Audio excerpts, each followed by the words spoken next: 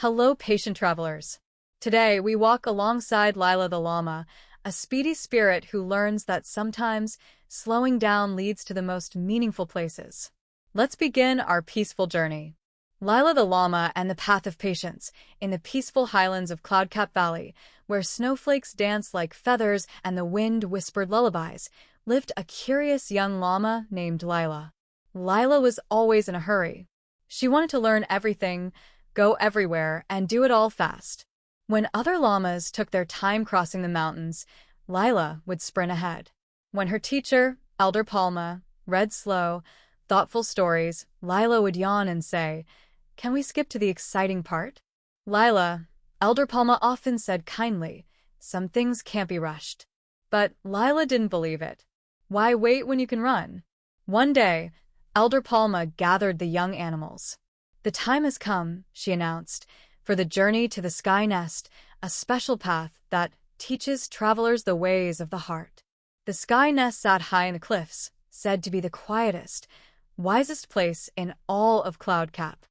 "But be warned," Elder Palma added, "the journey teaches only those who go with patience." Lila grinned. "I'll be the first to reach it." And off she trotted, far ahead of the others.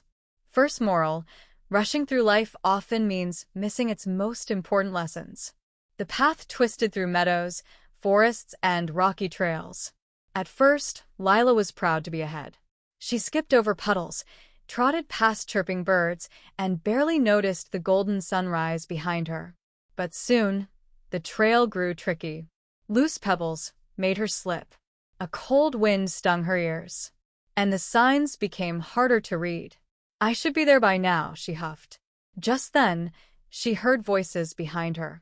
It was Tavi the turtle, Nina the newt, and Poppy the partridge, all walking together, slowly and cheerfully.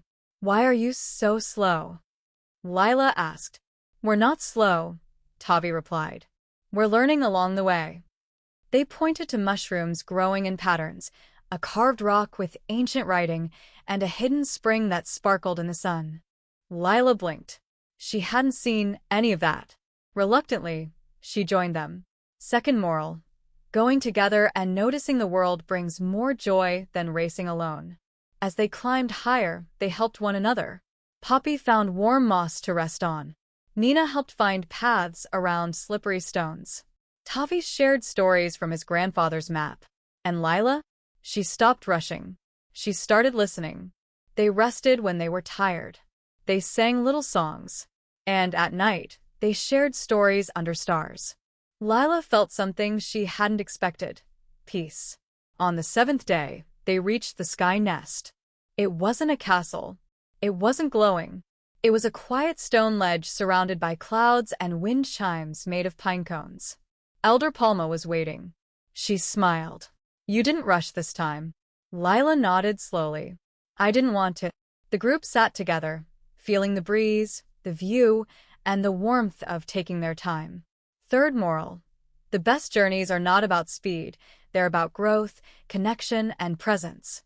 From that day on, Lila still loved adventure. But now, she noticed the little things: the flowers beside the trail, the way the wind hummed, the joy of sharing the journey.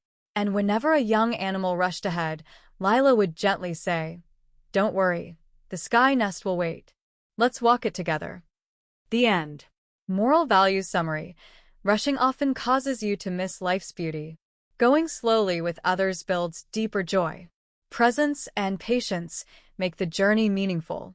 Thank you for taking the path with Lila today. Remember, you don't have to rush to grow. The world is full of wonders if you take time to notice them. Like, subscribe, and join us again for more gentle adventures.